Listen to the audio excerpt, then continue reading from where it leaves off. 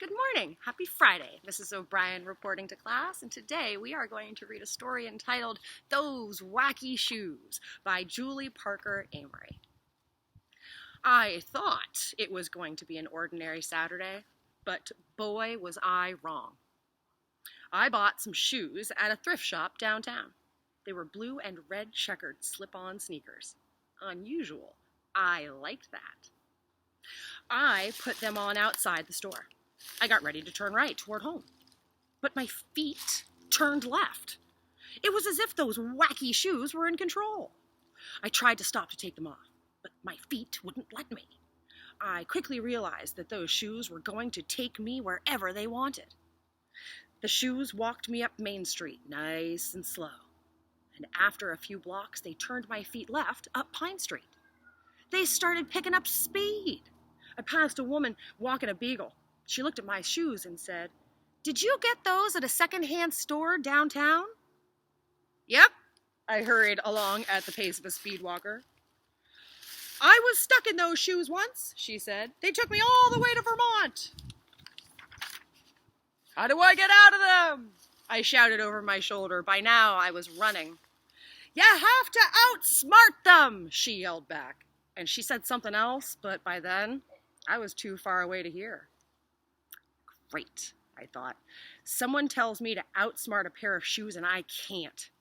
This doesn't speak well for my brain. Typo alert.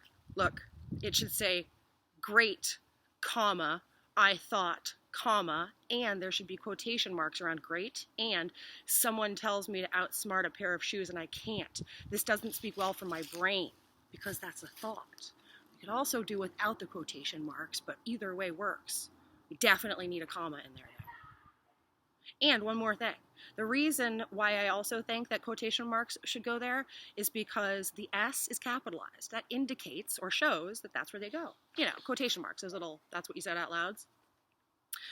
We turned up a dirt path, heading straight for a huge oak, and I put my hands over my face, certain I'd smash right into that tree. But my feet started climbing up the trunk. I grabbed the trunk with both my hands to keep balance, and we went higher and higher. Did I mention that I don't like heights much? I tried not to look down. I kept going, my heart pounding like a giant hammer in my chest, when suddenly my feet slipped. So those shoes weren't perfect after all. I grabbed a branch with both hands and hung. It sure was high up there. Somehow, I managed to pull myself up to sit on a branch. My feet were still. It seemed that when they weren't on something solid, those shoes weren't quite so tough. I tried to pull one off, but it was latching on with all of its might, latching like holding on. Now what should I do? Well, the good thing about being stuck in a tree was that I had time to think up a wild idea.